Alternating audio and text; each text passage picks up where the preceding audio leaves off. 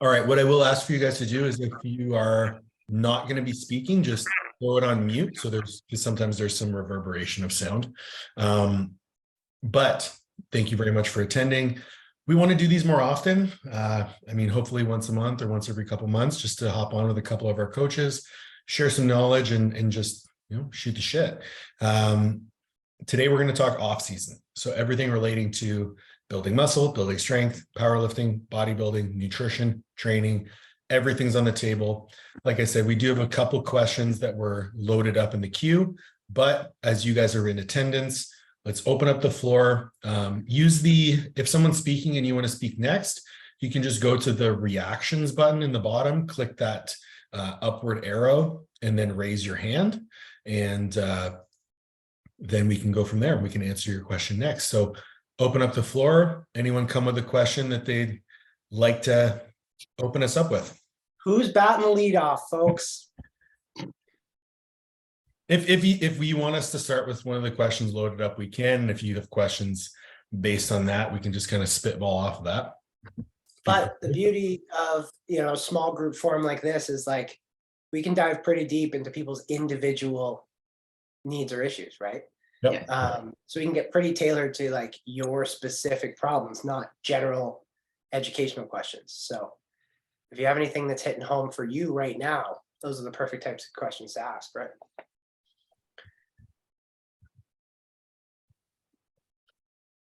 Yeah, sure. Go ahead. I guess it's Vanessa. Yeah, it's my wife's account, but it's a question from my wife too as well. So like, hi everybody, my name's Dan. So my wife was competing in bikini for 2 years. So for those 2 years, not a lot, if any, quad exercise movements, what at all whatsoever. Now we've built her into wellness. I know Olivia's probably seen some of her physique posts, and it went from 3 glute days, obviously, now to hamstrings, quads, and glutes. So my problem is I am super struggling with that nice outer quad sweep from the back pose.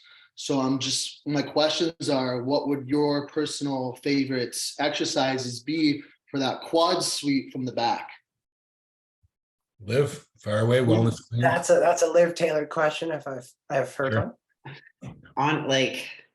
I wouldn't specify any specific quad movement. Like all of the quad dominant exercises I do are mainly compound exercises, like a lot of leg press, pendulum. I think those have been the main builders of my quads. I've never had an issue with my quads, but that's me coming from a weightlifting, powerlifting background. Yeah. So again, those compound movements. How's her posing? The first thing that jumped out to me would be in that back pose, turning the feet out just a little bit more, opening up the hips through the pose. That would definitely help. The way her pelvis is tilting could definitely affect like the way that quad's going to flare off the outside. Yeah. But Liv nailed it. I mean, just getting a ton of volume in on the quads throughout the week. How frequently is she training quads? That's my next question. I'm wondering, because she is so glute dominant because of the bikini, do we do 2 quad days? Do we add in, instead of a shoulder back day, do we mix that shoulder back day together so that she can have an extra quad day? I'll chime in here. I'll just give my little suggestion. I would probably bring her down to 1 full upper body day, have a quad day, have a glute ham day, another glute ham day, and another quad delt day. Yeah.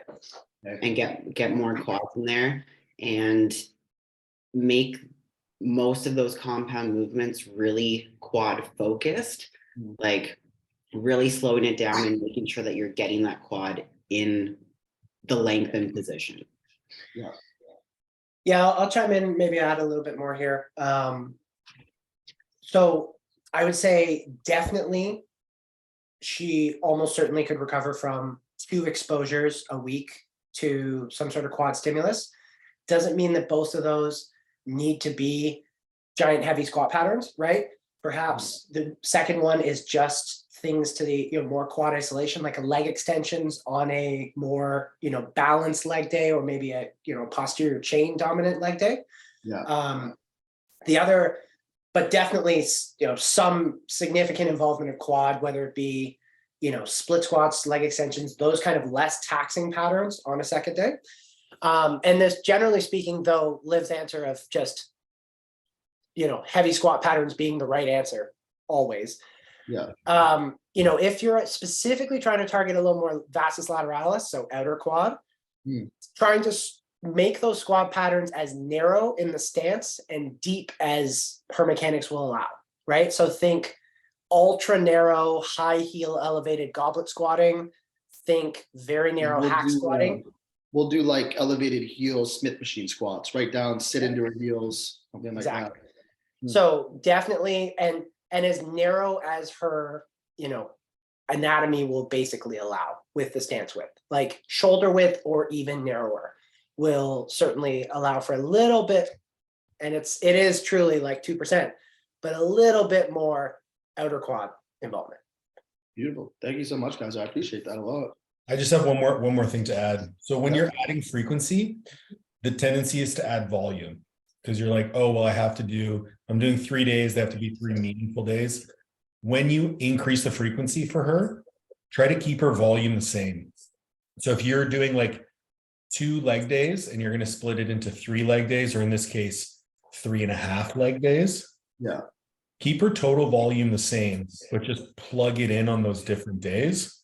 And once you see how she adjusts to that volume increase, or that frequency increase, now you can start bringing up her volume and kind of manage her recovery like that. Perfect. Cool. Thank you, guys. Yeah. Steph? Hi, guys. Hey. Hello. Hello. Okay, so as pertaining for off season, obviously there's a couple dual athletes in here, both powerlifting and bodybuilding. Generally speaking, in off season for like one specific style athlete, for example, like a bodybuilding athlete, like Liv or myself when I was just doing shows, the off season to competition season, obviously that variance can be quite extreme. Maybe not so much with a power lifter.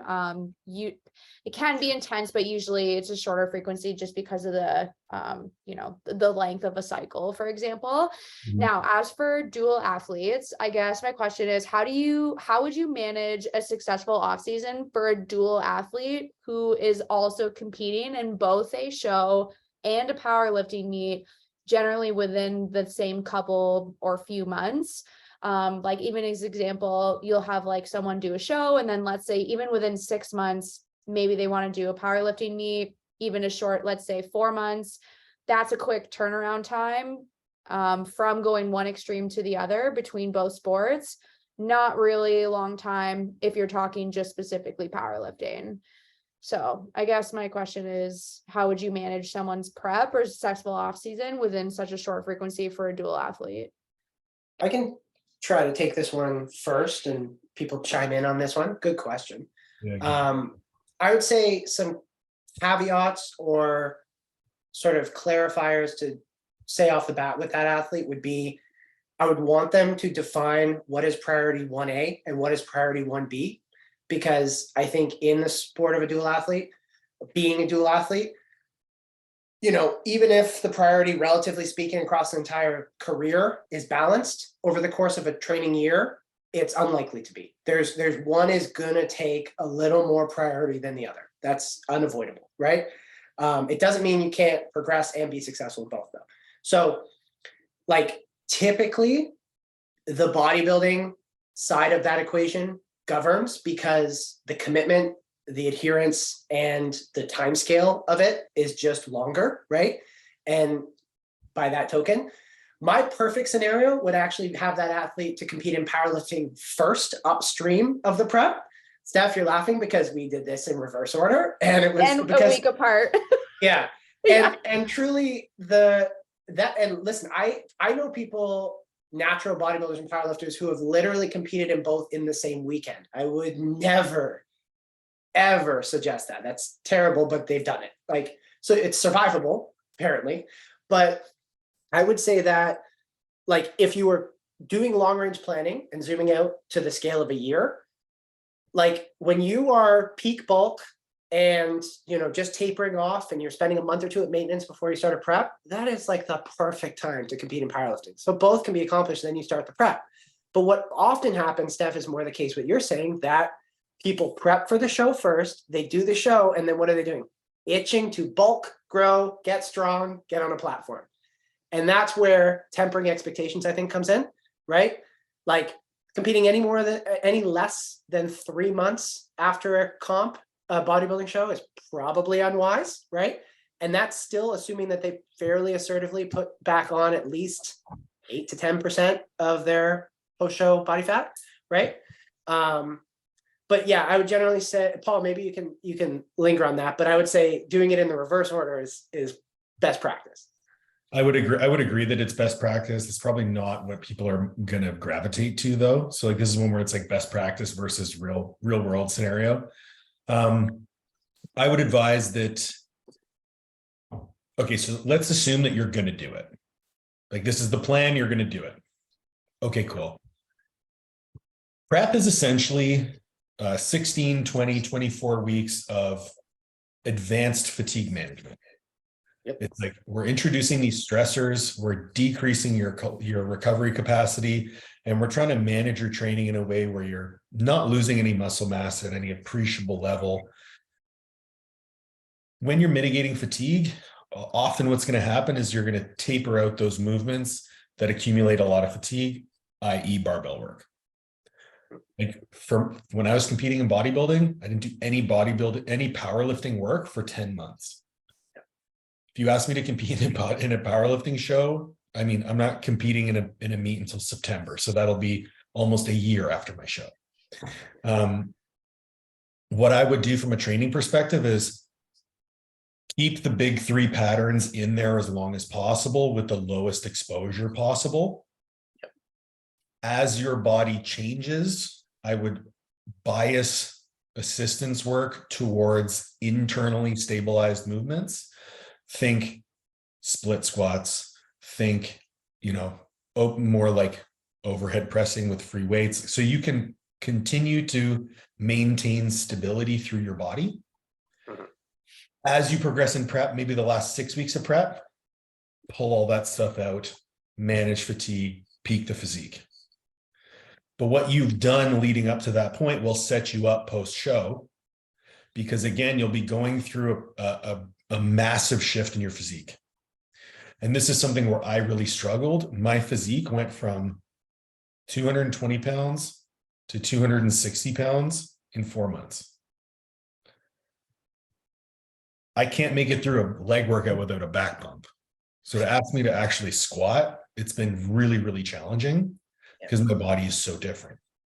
Yeah. And like, I mean, even with that too, like you have to take accountability and for how your leverages change based on how your body fat's plummeting or gaining. The way you move a bar, it completely changes. Yeah. So from a training perspective, again, reintroducing those power lifts in those 6 to 12 weeks post-show sparingly, kind of using a reverse approach of what you did during prep, right? Slowly phase them out, slowly phase them back in, biasing that that internal stability so you get more stable under the barbell, and then progress them as you can. The caveat to me, though, is more so on like, is this a drug-free athlete or an enhanced athlete? Because if you're asking someone to go through a 16 to 20 week prep enhanced, then you have maybe 8 weeks of a health phase, and then now you're into another blast. You're either going to have to be really conservative on both sides or pick one to be less conservative on. But in general, like, I wouldn't advise it. You'd want a little bit more time to let the body settle down, especially, and I can speak to this, like, I was very conservative in my bodybuilding prep. My blood work was awful. And it was awful because of the rebound. It wasn't awful because of my prep. So that, and that's a super interesting point, Paul, because it's exact, and I can speak to this being, on the natural side over the course of my career. like it's the exact the rebound brings natties back to baseline so much faster. And so it's much less of a like, so one thing for natties that comes across a lot is the idea of a recovery diet post-show, right? Where you very quickly want to put on 5 to 8% of your body weight, right? Right away. Because just having that body weight, brings you back to sort of baseline metrics much, much quicker. But in an enhanced bodybuilding prep, your post-show period is a further degradation, right? Because you eroded yourself with PEDs, and then you came off them and you're coming back to baseline a lot more slowly. So like, I would say that the ability for a natural athlete to compete in powerlifting post-show is a lot quicker than an enhanced one. Body weight and everything else equated. Yeah. The caveat there is if the person is on TRT, a little bit safer of an approach. So like there's a lot of caveats here. But in general, I would look at like if this person's going to do it, I would push the powerlifting meet as far back as you could reasonably based on your goals and your plans. But if it was within 3-4 months, you would just make sure the training kind of kept the squat, bench, and deadlift in, slowly tapered them out, do the show, slowly taper them in. And then in this case is where I would not recommend a recovery diet. I would recommend a reverse diet so that you have a slow change to the physique and you have a slow change to the leverages that you can kind of compensate for as the patterns come in. So it would demand a little bit more accountability on the side of the athlete. And then manage your expectations. And maybe if I'll add a couple more points, and these are sort of actionable points, and Steph, a lot of this will resonate because we've done some of this, right? To Paul's point, we kept the barbell movements in until what, 6 to 8 weeks out, and we had you test a heavy single, something like 2 months out. Yeah, they felt good. But then after the show, they felt absolute trash. Because that's when we turned it up. That's when we turned it up, right? And I realized that we were on that precipice of, okay, it's time to get rid of these movements. Let's have one final hurrah and get the hell out of there, right? Yeah. Now, one other thing I think that people think of is that like the lowest appreciable frequency you can do squat, bench, or deadlift is once a week. Not true. Like bi-weekly, like every other week, is a totally acceptable frequency, especially for an intermediate to advanced athlete for which the skill of the movement is highly retained, right? For a lot of people on this call, we could not touch a barbell for 2 months. And if there's not a drastic change in our body weight on either side of that equation, it's kind of like riding a bike, right? So consider bi-weekly approaches where maybe 1 week it's a squat with a barbell, the other week it's a pendulum squat or a leg press, right? Liv, and so you didn't squat for a long time and then you PR'd your squat. Yeah, Who, I me? did squat for like 8 months. And then you PR'd. Was that the 400? Yeah, because I spent so much time building strength and building muscle mass. It's like the strength is building, and I just had to refamiliarize myself with the motor skill. Yeah.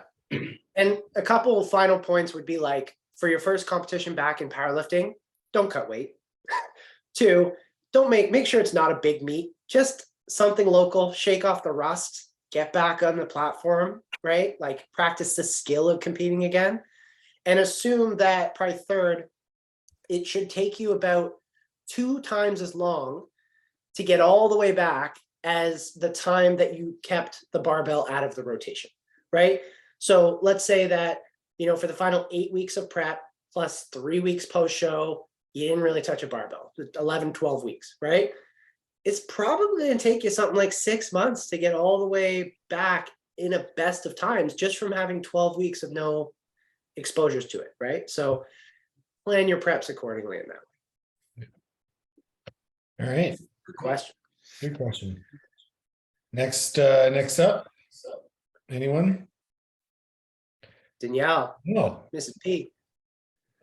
I came on more just to listen and learn, but I do have one question. If 2 people in the household are at 2 different stages, so one, for an example, is off season, and then the other one is prepping for a bodybuilding show, do you have any strategies to make it successful for both of their goals? And more for probably Olivia and Paul for that question.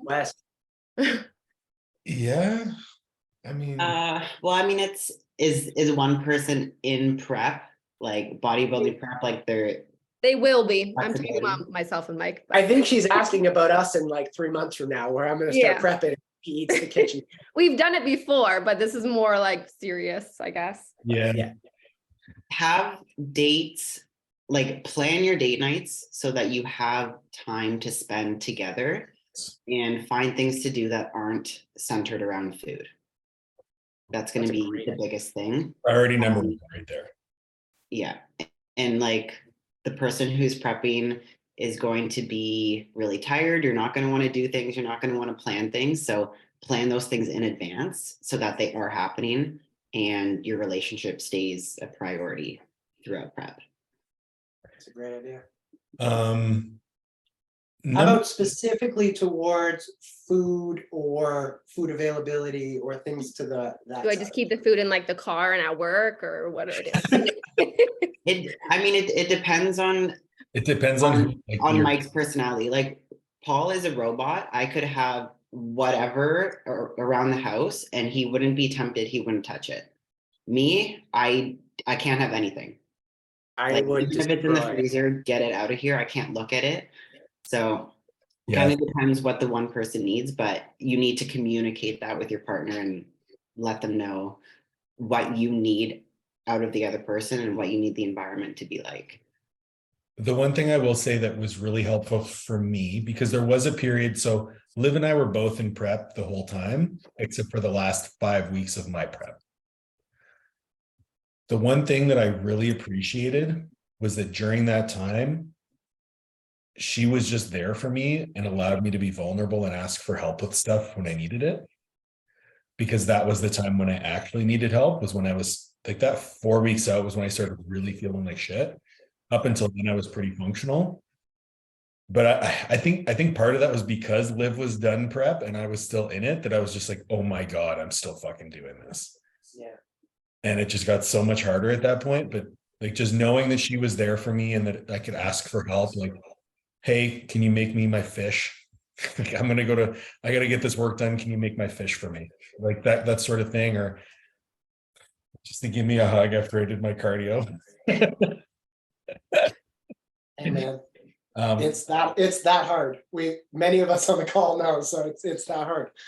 But Liv nailed it. The one thing that I really missed out on, and we both really missed out on when we were both on prep, and it would be the same if we weren't.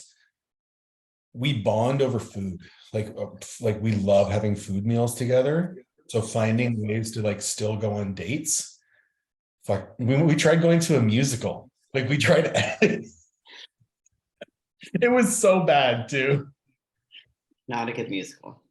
Mean Girls the musical. Do not recommend.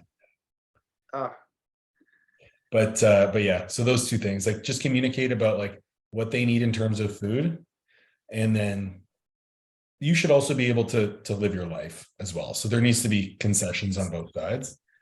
You don't want to be like huddled in your bedroom eating A&W. Like if I can even I could do smell that. it in proximity, it's gonna be a huge problem. you Like need to be a baby. hey, You need to not be a baby then. you're a robot, pal. Okay, like Be a robot. Be like me. I do all the grocery shopping, so I'll just leave it in the car and yeah, then that's true. eat out of my car. WWPD. What would Paul do? Beep beep. Cool. That was a great question. Any other questions? We're about to live that question, by the way, very soon. That's one that's close to home. It's not theoretical. Very soon I start prepping and Danielle will be laughing in my face as she eats cookies. There's a question here that I think is really, really good because it gives a lot of points for discussion. So one of the questions we had loaded up was, can mini cuts be used as deloads? i.e. training close to MRV for 16 weeks and bulk, and then dial back for 4 weeks in diet. I feel like there might be differing opinions on this one. Maybe. Well, I think the first thing we need to do is clarify what MRV is. Okay. So MRV, for those who don't know, is maximum recoverable volume. So it's essentially the maximum amount of volume you can perform while still recovering from the training. And I'll start this one off, and I will say that training close to MRV in a caloric surplus is going to be possible because you have those calories available to you, your recovery capacity is going to be its highest. So by training close to MRV, the calories kind of compensate for fluctuations in stress levels. What we need to remember is MRV is a moving target. So the amount of recovery you have available to you is going to differ day to day, week to week. So the concept of I'm going to dial back and diet, simply by dieting, you will have to dial back because you won't be able to recover from the same amount of work you were doing. So when we clarify for taking it as a deload, if you adjust training for the diet, you can still make progress while dieting because your MRV will be lower. So you'll just be training less. If you were going to take the context of 4 weeks of a deload, meaning train at MEV or even lower, so maximum effective or minimum effective volume or lower, you're essentially saying, I'm just trying to maintain my fitness while I go through this diet. And while it is a deload in terms of you're training less, you're not actually deloading because a deload should allow you to decay fatigue, not just avoid accumulating more fatigue. So you'd have to drop that training threshold way down for 4 weeks. And I don't think that that's productive at all. So my advice is adjust the training to meet the recovery demands of the mini cut. So drop your volume to a point where you can recover from and just continue to train really, really hard. I personally would not use a mini cut or an instance of caloric deficit to decay fatigue because it's counterintuitive. Yeah, I would just add that the point of a mini cut is to be aggressive and to get off body fat as fast as possible, which is going to be a lot of stress on the body. You're probably going to be adding in cardio. So to use that to bring down stress and mitigate fatigue is probably not going to be the best way to approach it. Say it's dumb. Just say it's dumb. It's dumb. You're dumb. I feel like, okay, you guys answered that, and I couldn't agree more. So I thought we'd have slightly different opinions on this one, but we totally align, which is great. But I feel like one thing that kind of falls through the cracks here is the use of the term deload. We're not actually talking about deloading. We're actually primarily talking about devoluming, a reduction in total number of working sets and volume, right? So people smuggle in this term deload, but they mean devolume, right? We're always going to be training at relatively high intensities and quite close proximity to failure. It's just how many of those we're doing over the course of a set session a week, right? Like that's the thing that's driving fatigue in most cases. So, but regardless, the answer is MRV, MEV are moving targets based on the flux of energy availability, right? And those will diminish in a mini cut specifically because the mini cut is, like Liv said, meant to be one of the more aggressive approaches.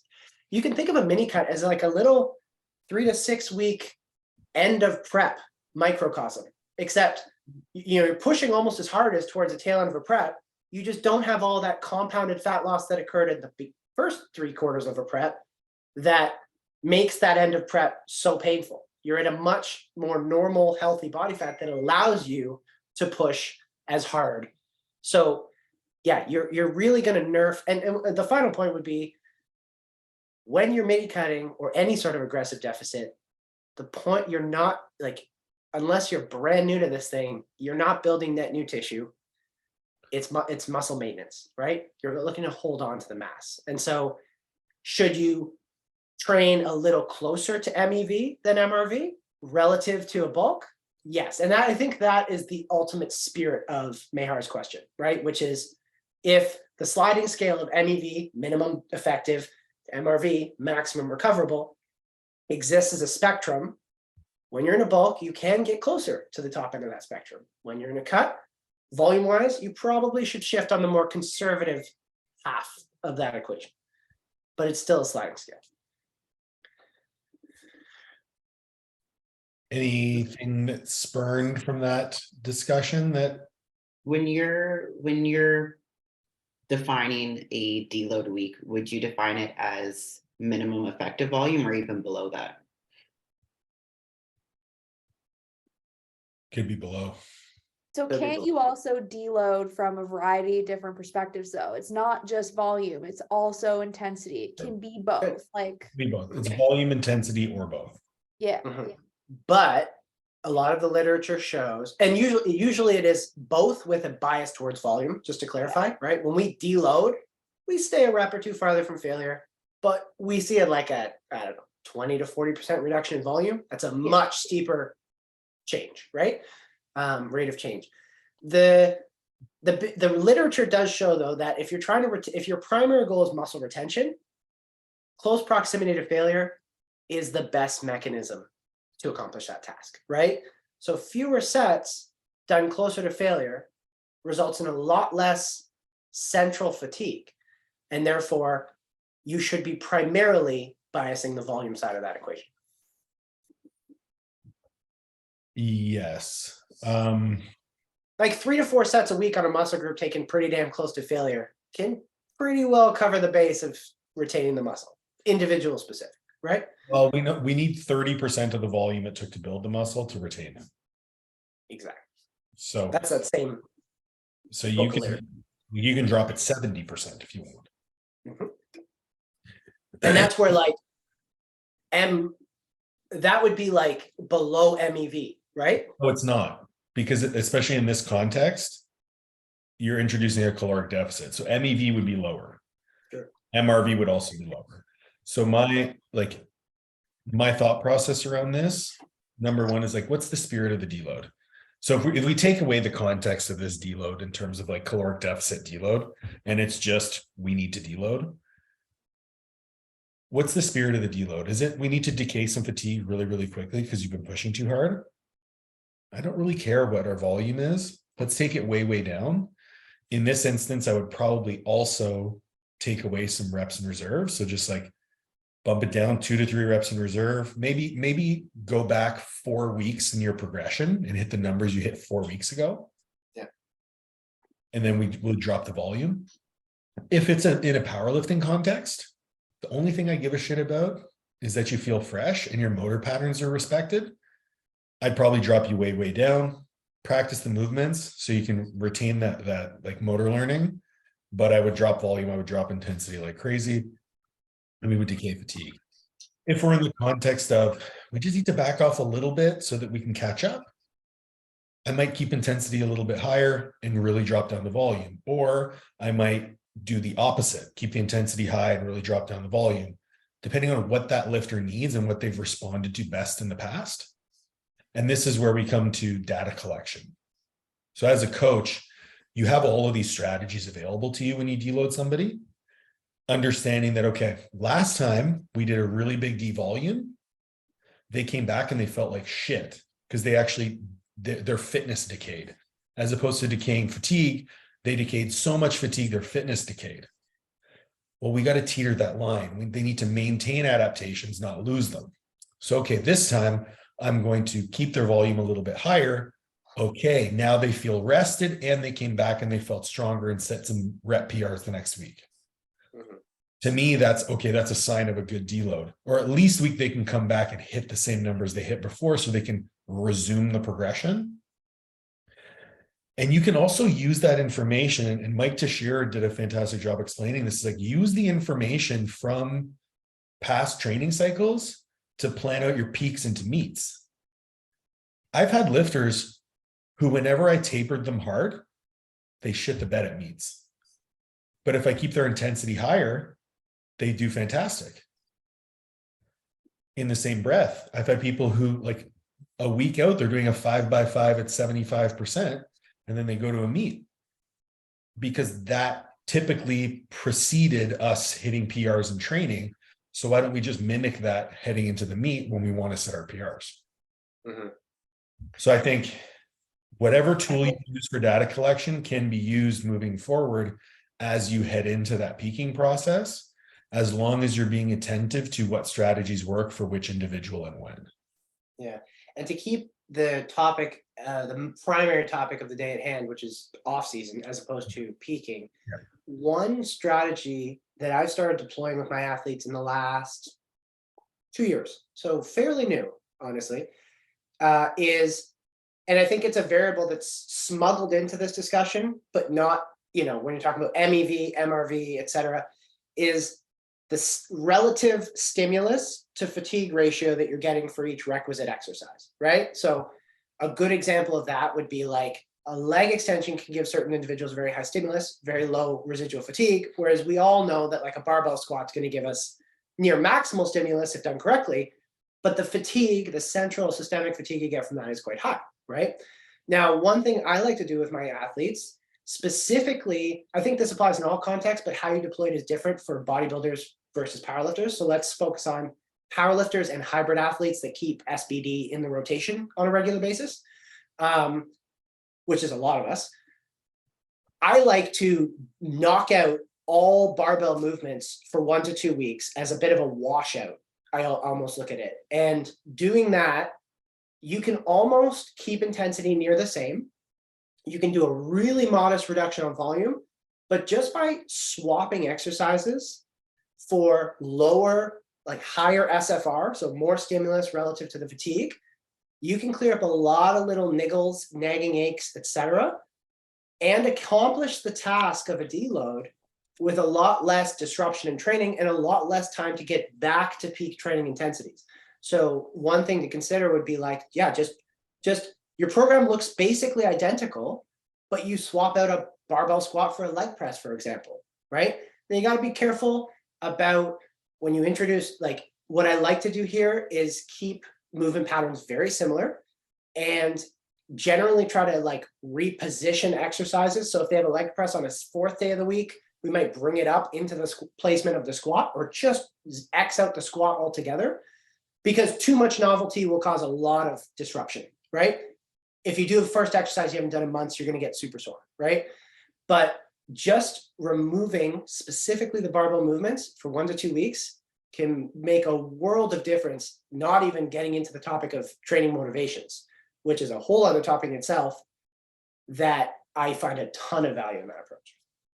Yeah, I've done that for a really long time. And I keep it a little bit more specific, because what I've found is the absolute intensity of a movement is more fatiguing than the relative intensity of a movement. So essentially how much load you're using is going to fatigue you more than actually how hard it is. So an example here is like a 1 rep max competition squat is going to be more fatiguing because the load is higher than a 1 rep max front squat.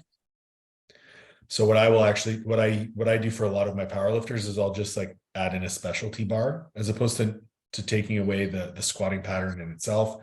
I'll just switch to a specialty bar that mandates they use a lighter load.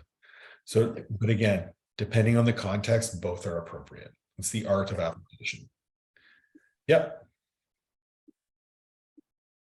You're muted. So yeah, no, just to build off what you just said, like kind of like I call them with my athletes like a low limiting variation, pause deadlift, a high bar squat example. I don't really ever program front squats. I kind of find they're a little bit, I don't know, just that's a whole Funny other about it, topic. guys. Funny If you about it. finish that thought, we're going to fight. So just keep. I knew it was coming. I knew it. Dog shit translation over to squat. But with that aside, as also a low limiting variation in terms of like a board bench press, for example, all of a sudden now you're increasing the loading, but you're also reducing the range of motion between the actual bench press. So the recovery typically can be a little bit higher. I mean, throw a shirt on it, then you're also throwing an eccentric portion on the lift that's also under load, and the recovery is through the roof.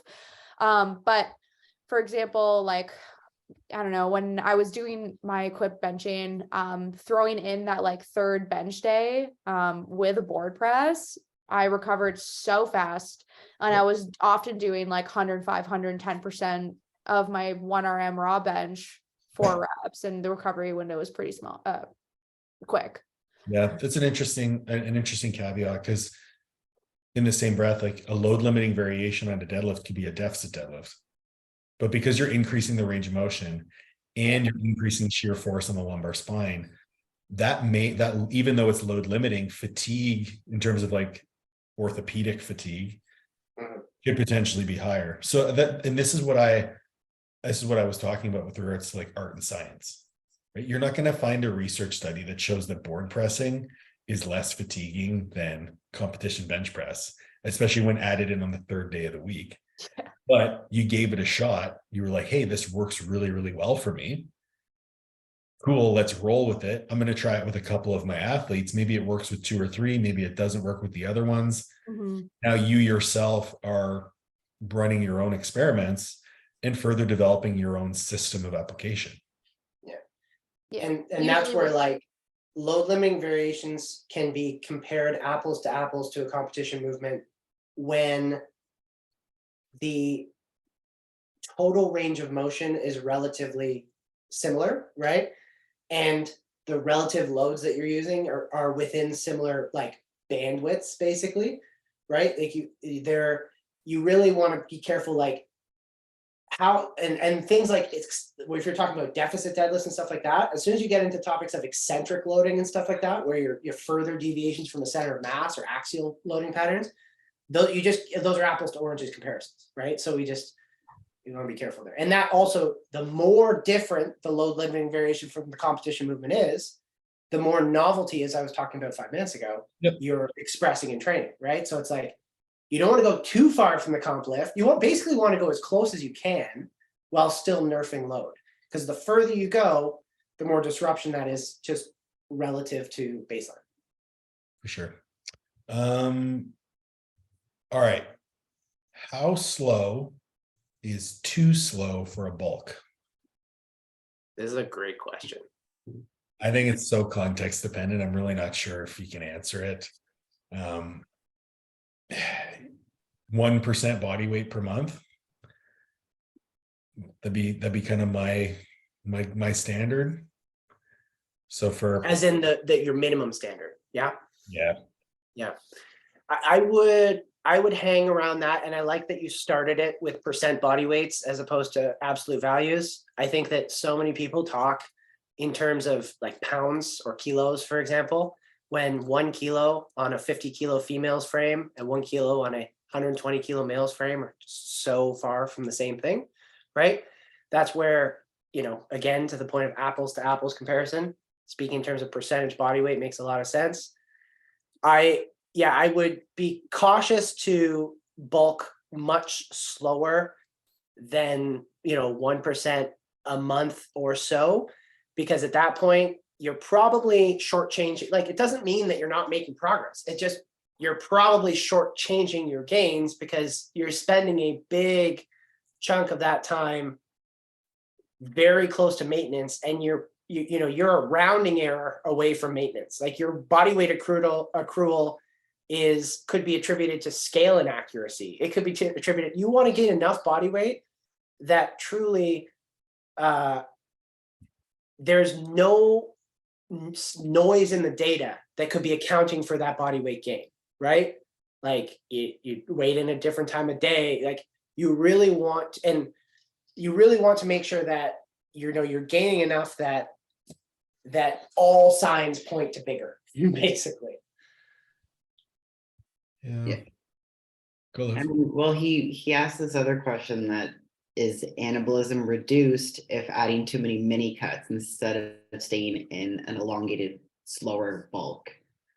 So, I mean, he kind of answered his question there in terms of like, you want it to be slower at that like 1% mark, so you don't have to keep getting into these mini cuts, which are going to prolong the process of the ultimate goal of putting on more muscle mass. Agree. I think like Mike hit it on the head, but as a rule of thumb for me, kind of the point that I've adopted is, as long as my calories are high enough that I'm able to recover, as long as my logbook is moving forward, I'm going to assume that even if my body weight is moving really, really slowly, I'm still making progress. Could I make progress faster? Absolutely. But as long as the logbook's moving forward in a meaningful manner, and as long as I'm recovering from my training, I'm probably accumulating tissue.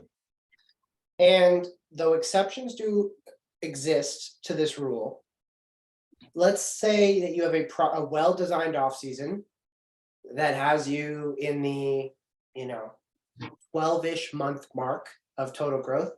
If you don't need a mini cut, potentially 2 in that time frame, you're moving too slow, even if your rate of gain is within the bounds that we just talked about. Unless you're coming from an obsessively lean starting point, right? Because like there's just it's kind of important for people to focus on the primary goal. Like the goal is to grow. So get comfortable getting uncomfortable, putting on a couple pounds of fat. And if you need 3 to 4 weeks to clean it up along the way, take 3 to 4 weeks to clean it up. I'm putting this out there as a bet. I guarantee you I don't need a mini cut. In 12 months. 12 months. Until my meet, I will not mini cut. And your meet is when? September. Sorry, I'll also just point out the fact that he mini cut for 2 weeks after our vacation like a month ago. So Yeah. Okay. I was going to say that's 9 months. And I already know you spent some of 2023 in a fat loss phase. So you're a liar. Anyway, go ahead. Dan. Vanessa has another question. I see a hand up. No, Yeah. Vanessa. Regarding the mini cut, my question is there like things that you would probably take steps first before, hey, we need to pull back on these calories? Like, could you not assess, maybe say you're at peak off season, you're using jams, natural sugars, honeys, etc., and we're noticing body composition's getting a little bit too fluffy. Why not pull back on those high GI foods and keep the calories the same, but clean those foods up a bit? So I'm not doing a mini cut, I'm just changing the food sources. And then to add on that, is that now time to add Barbarian or add Metformin and see how, okay, these are now dropping my body composition. I actually don't have to do a mini cut because I'm applying these next steps. Okay, so you could do those things. Absolutely. So in that instance, you have to look at, okay, what metrics are we tracking to say that we need those things in play? So are you taking fasted blood glucose in the morning? Are we seeing that that's starting to climb up? Maybe we're seeing some insulin sensitivity changes that we don't want to see. Personally, the approach that I would take is if we're seeing things get a little bit too fluffy, the first thing I would do is stop escalating food, and I would probably pull it back just a little bit, right? Just maybe a couple hundred calories, right? So we slow that rate of gain down. And what you're likely going to have, especially if you're in an enhanced environment during that peak off season, there's going to be a great amount of recomp. Yeah. Right. So just pulling that back just a little bit, seeing where you're at, maybe you do need to mini cut. You get in, get out, like 3 to 5 weeks, 6 weeks, maybe. But for me, I would more so just rather not necessarily clean it up in terms of the source of the food, because if you're using higher GI foods, it's probably because appetite isn't where it needs to be. Yeah. Which is probably the sign that you're pushing calories too hard anyway. Yeah. Just that the rate, even if the rate of gain on the body is checking the right boxes, to Paul's point, like if you're talking about the enhanced equation, body water is so much more of a variable, right? And so you can look soft, but it's not necessarily always adipose tissue, right? It's not always fat. But the best way to know very quickly is, again, stop pushing calories, stop pushing food, take a second and chill at maintenance, right? And it's very quickly going to tell you where you're at. Like, I think that the misconception is that in off season, and I think this is like an overall point for the day, for the call, I guess. A misconception is that an off season is entirely in a surplus. That's not actually the case, right? A well-designed off season, in my opinion, is something like 80% of the time in a surplus, 10 to 15% of the time at maintenance, and 5 to 10% of the time in a deficit, aka mini cutting, right? Yeah. As long as you're spending 80+% of your time pushing the limits, you're going to have one hell of a productive off season. And that maintenance phase is more of a allow the body to return to equilibrium. It allows you to make good graded assessments. Perhaps it means cruise if you're enhanced, right? You're not necessarily pushing food in all phases, right? So like, yeah, just an off season doesn't mean a surplus in all contexts. It just means a majority surplus. To back that point up, exactly too. So for my athlete wellness, she has 3 leg days, 2 uppers, 2 rest days. So her rest days are at like maintenance. Her upper, which is for her, is 2,700.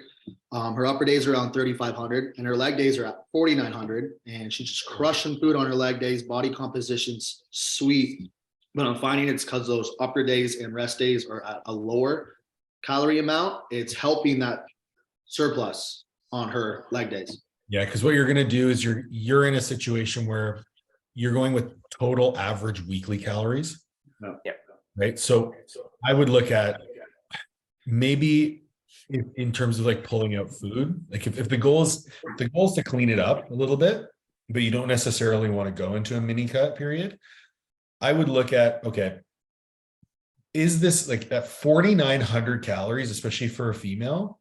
That's going to be a lot of fucking food. That's a lot of food for anybody, bro. We're That's more using than I eat. we're using a lot of rice pasta. So 3 of our meals are rice pasta, super high volume, less density.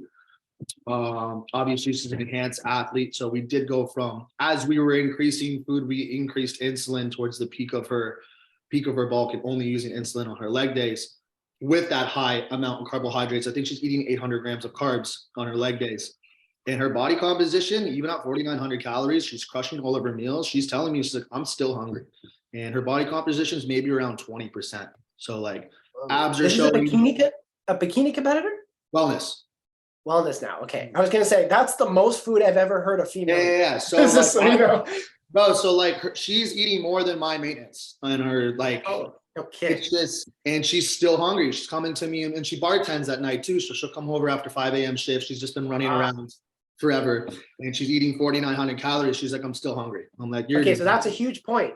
What's her activity level? Because Exactly. you just So said bartender. she's running around back and forth for literally 8-10 hour shifts and still has abs peak off season. I'm just like, how much more food can I put in this woman? Like, I was like, do we do 4,900 calories and I add two weight gainers on you? Because I can't keep. So I would raise up, I would keep those, especially if you're already using high GI foods like jams and honey and stuff. We're not yet. So we're not even at that point. So she has no jams, no honeys. I think maybe her meal one has a cup of fruit in it. I think her pre-workout's 2 bananas, her post-workout's 2 bananas. So those are like the only natural sugars we're using. Otherwise it's just rice and rice pasta. And I think eating her pants with 4 bananas a day. That's How is she eating? Where is she putting it? I was gonna say, this what is is what I she mean. If I could pull up her picture and show you guys, it'd just be like, how is she still so lean? Mind you, there's PEDs in effect, but like still, that's a lot of food for a lady. And I'm just like, I don't want to push you to 5,000-6,000 calories. At that point, there's got to be something where it's just like, if she's growing, don't get me wrong, she grew. I would push her rest days. I would push the rest days higher. I'm thinking. I would push the upper body days higher. I would not take her higher than 4,900 calories. No, and I would also just generally, Paul, I feel like you'd agree with this. To the extent possible, and understanding that not all of this is possible because of her job as a bartender, but seek to come up with a scenario that's just a lower flux scenario. Lower food in, but it'll also lower energy out. Like try to bring down that activity level, because at that, like I'm a subscriber of a higher flux scenario up to a point in most contexts, right? Keep the activity high, eat more food, train more hard, great, right? But we're talking about a what? 150-pound female, give or take? 158 right now. Yeah. Okay. 5,000 calories is just a recipe for GI distress, right? Like that is just a very, like I would almost try to resensitize her to food. I would trim back and like bring calories down. It will result in some weight loss, but bowel movements are fine. She uses every supplement possible, digestive enzymes every second meal, digestive bitters. She's on track with her probiotics, fiber, all of that stuff. No runny bowel movements. She maybe poops twice a day. I'm just like, you're nuts. Like I just don't understand it. Wow. That's wow. Is she doing supplemental cardio? I would assume next to none. We're doing about 20 minutes of lifts, just because I believe in like VO2 max, obviously more oxygen output towards your hypertrophy lifts. But 20 minutes lifts, treadmill. Sometimes she does stairs for the hell of it. She'll train 3-4 clients, come home, sleep, take a nap, go to her bar job. But that's what I was thinking next. It's like, I can't keep pushing your food on your leg days. So when Paul says up her rest days, that seems better to me because I don't want to up her upper days because I want to keep those proportions still. I don't want, she used to be a gymnastics for 12 years. So she picks up a dumbbell, her arms are exploding. So I'm trying not to push the food on the upper days so that we can keep those wellness proportions. I would just take out the upper days. Yeah, I'd cruise on them for a while. Yeah, I was gonna say.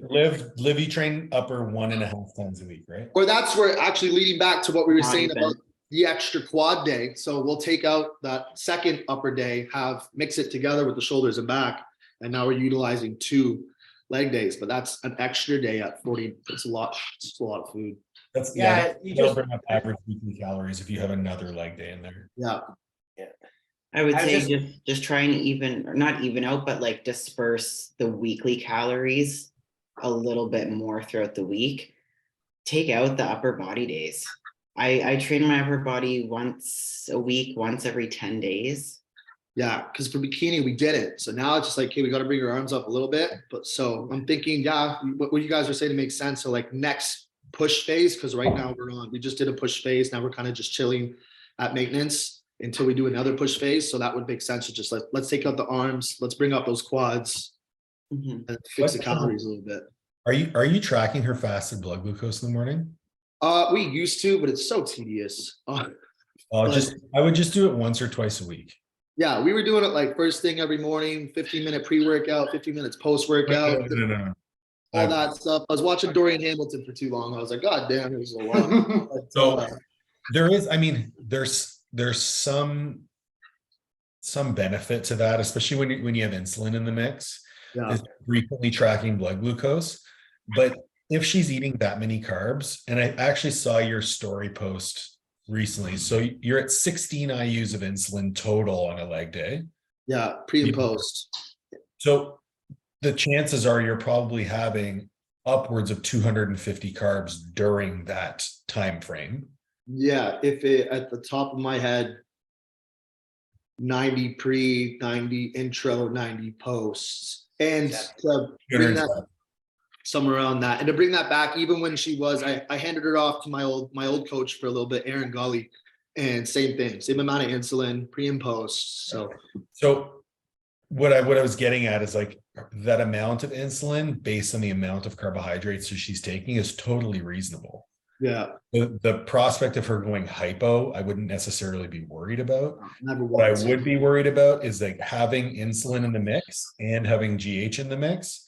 You are going to want to like just keep an eye on her fasting blood glucose just to make sure that it's not climbing up. There's no GH for her. Okay. Yeah, just the insulin. And then we only use, so I typically start week 1 to 4, we'll do 4 IUs, and then week 4 to 8, we'll do 8 IUs, depending on her food, and that's it. So I only do 8-week cycles with the insulin, so we can keep it sensitive and come off again. Yeah, I mean, if you're using insulin, I don't think there's a reason to use a metformin or a berberine. Okay. It could be a band-aid to like continue pushing food if her fasted insulin or her fasted glucose gets too high. Yeah. But if you don't have GH in the mix, I don't think you'd have that issue. Okay. And just questions. I'm just asking. We're not experiencing any problems. I'm like, fuck, just going like a weed. But I'm just like, what if this were to happen? What if this were to happen? I think it's having more tools in your toolbox and more perspectives. These are great questions, but this is for the rest of us on the call, a very much outlier case. And I think it's wise to like point that out, that these are like one, an advanced and enhanced athlete, 2, probably 2,000 calories north of everybody else female on this call, right? And like truly a 0.1% outlier in many categories here. I guess a question that maybe I'd have for you to close out would be, what is how receptive is she to this approach? Because a lot of it is it's extreme. Now, bodybuilding is a sport of extremes, so we're all signing up for that. But of course, that's a lot of food. If she could eat more food and take more EPD, she'd be on it. And I'm the one telling her like, no, you gotta just listen to where we're at. Don't go to the extreme. She's loving it. But One thing that I did appreciate about the post that you made, assuming like I'm going to assume that this is all like above board. You're looking at, I think it was 6, 6, and 6 a week. So you're looking at like 18 total milligrams of anabolics a week. Yeah. It's super conservative. So from a long-term health management risk mitigation perspective, like you're taking the right approach. And it truly is an outlier case. That being said, what I have seen in like more so in male clients, for some reason, the tolerance to calories is so transient. So I've had guys who need, like at certain points in our work together, they need 6,000 calories to grow. I'm around that. And then maybe 6 months later, they only need 4,500. Yeah. And it's not explained entirely by changes in activity or changes in lean body mass. That's the other. Yeah. So like, but then you have people like myself, like I only eat 4,500 calories a day. Yeah. And I'm growing like crazy. Shit. How long has she been in this bulk, and how slowly did you titrate calories up? Because that has a huge impact on how high you can go. We probably started around 49, I'd say 3,700, and then titrating up slowly based off of check-ins and body composition and strength responses, and body composition kept getting better. So food kept getting higher, strength kept raising. And then I was like, sweet, no need to increase your PEDs, which is the 18 milligrams. I was like, we don't need to increase this because everything's just continuing to go up and you're looking better on top of it all. Now, I'm like, at what point do I stop pushing so much food? Because there has to be somewhat of a negative response somewhere. I would just hold her. I would just hold her. Like, there's no way that additional food is going to make her progress any faster than she is. Exactly. Food is a means to an end. The training and the anabolics are the impetus for growth. And so, Paul, a question I guess I'd have for you in this case is, do you think she'd actually be better on get similar to more growth, similar training strategy that's equated, maybe a small incremental increase in the dose of anabolics, but holding food, if even a slight reduction in food, and driving it that way? Because I've got to think that the GI, even if she's not showing symptoms of GI distress, a 155-pound female on 5,000 calories a day has to be putting more pain on the system than 18 milligrams. Mike, you're a little uninitiated to the enhanced world, but I am. When insulin's in play, there are no rules. Yeah. I don't play the insulin game, so Yeah. When insulin's in play, there are no rules. So you can eat a lot while taking insulin, that's for sure. To answer your question though about the PEDs, like I literally wouldn't change a thing, because you know what the most anabolic thing is? Time. That's what I'm saying too. And I don't want to raise their PEDs because of the versatilization. So yeah, week 7 to 8 was when I was like, okay, we're noticing a little bit of a raspy voice. Good thing you're ending next week. So I'm like 18 mgs total.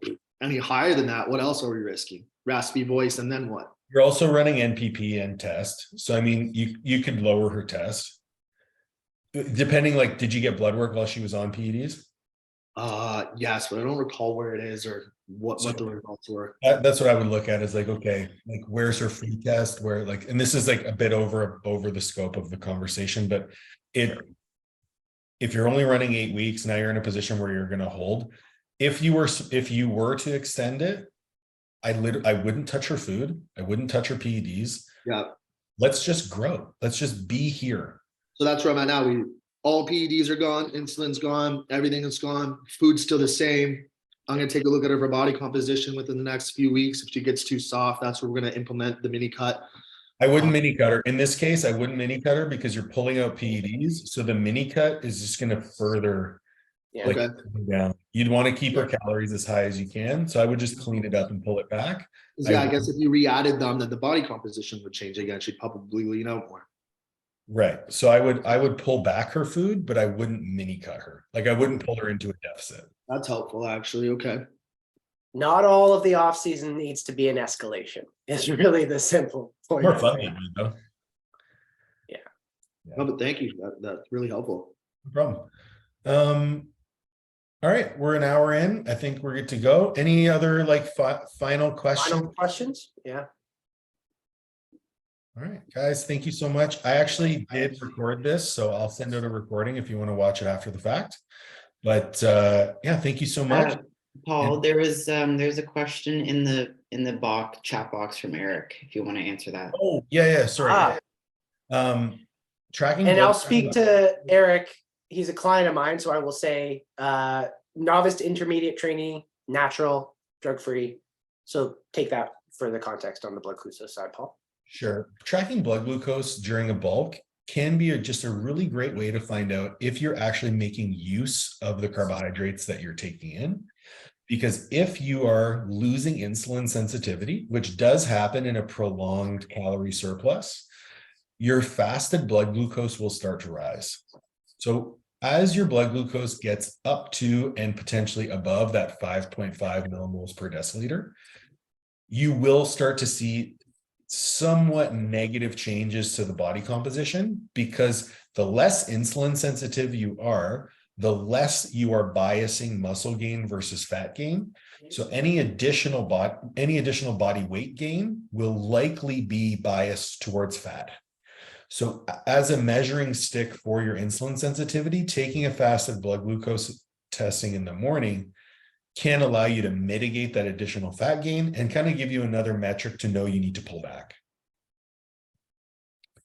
Though it is, as metrics go, Paul, for Yep. non-enhanced athletes at a reasonable body fat percentage, it can be majoring in the minor a little bit, Oh, for sure. where it, yeah, a cherry on top variable. Yeah, it's just something to track. I track my blood pressure 3 times a week. I track my blood glucose 3 times a week. And I just make sure that I'm. Should we all show off our blood pressure monitors, or? Do you have the obesity cuff? Yes, I do, because my arms are too big. Too jacked. All right, guys, thank you so much. Have a fantastic evening, and we will chat with you soon. If there's any other questions, feel free to email us as a group. I included Olivia and Mike on the email chain with the link, so you have their emails as well, and we're happy to answer any questions that you got. Thanks so much. Have a great evening. Thanks, guys. This was great. Thanks. Thanks, Bye, guys.